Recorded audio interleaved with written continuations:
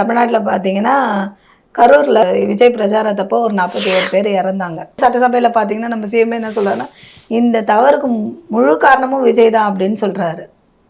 அப்படி ஒரு விஷயம் அவர் பேசியிருக்காரு. உண்மைதானே? உண்மைதானா? இது இது எப்படி அவர் இல்ல வராரு? இல்ல இந்த 41 பேர் செத்ததுக்கு ஸ்டாலின் காரணம்னு சொன்னா அது ஏத்துங்க சரியா?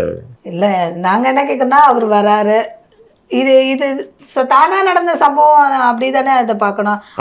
அப்போ ஏன் விஜய் வந்து தானா நடந்தது இல்லை, என்ன சொல்லணும், நடக்கக்கூடாது நடந்துச்சு. இது நமக்கு ஒரு பாடம். அந்த இறந்த 41 பேர் குடும்பத்தோடு நானும் ஒருத்தனாக இருக்கேன். என்னுடைய ஆழ்ந்த இரங்கல்.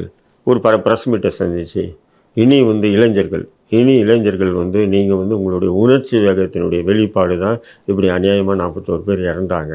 எப்படி உன்னுடைய உணர்ச்சி வேகம், அந்த வேகம் உன் கண்ணு முன்னாடி வயசானவங்க நிற்கிறாங்களே, பொம்பளைங்க நிற்கிறாங்க, இதெல்லாம் பார்க்காம நீங்கள் பண்ணிக்கிட்ட இது வந்து ஒழுக்கம் இல்லாததுனால தான் 41 பேர் இறந்தாங்க. இனி இப்படி ஒரு பலிக்கு நம்ம ஆளாயிடக்கூடாது, நீங்கள் இனி வந்து திருந்துங்க அப்படின்னு சொல்லி ஒரு ப்ரெஸ் மீட்டை வச்சு தன்னுடைய தொண்டர்களை ஒழுங்குபடுத்துறதுக்கு ஒரு வாய்ப்பாக இந்த சம்பவம் கிடைச்சிது. ஆனால் அதுக்கு அவன் விஜய் என்ன பண்ணுறான்னா, ஒரு ஏஐ வீடியோ மாரி ஒன்று வீட்டில் உட்காந்து வெளியிட்டு என்ன வெளியிடறாப்புல சாதாரணமாக பேசுகிறாப்புல, இது முதல்வரை உங்களுக்கு கோபம் இருந்துன்னா, வன்மம் இருந்துன்னா என் மீது வழக்கு போடுங்க.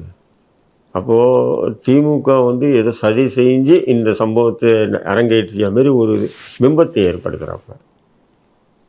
நானும் கேட்குறேன், சம்பவம் நடந்துச்சு, உச்சநீதிமன்றம் போகிறான், உயர்நீதிமன்றம் போகிறான், சிபிஐக்கு மாற்றணுன்றான். சிபிஐ வந்து என்னடா பண்ணுது?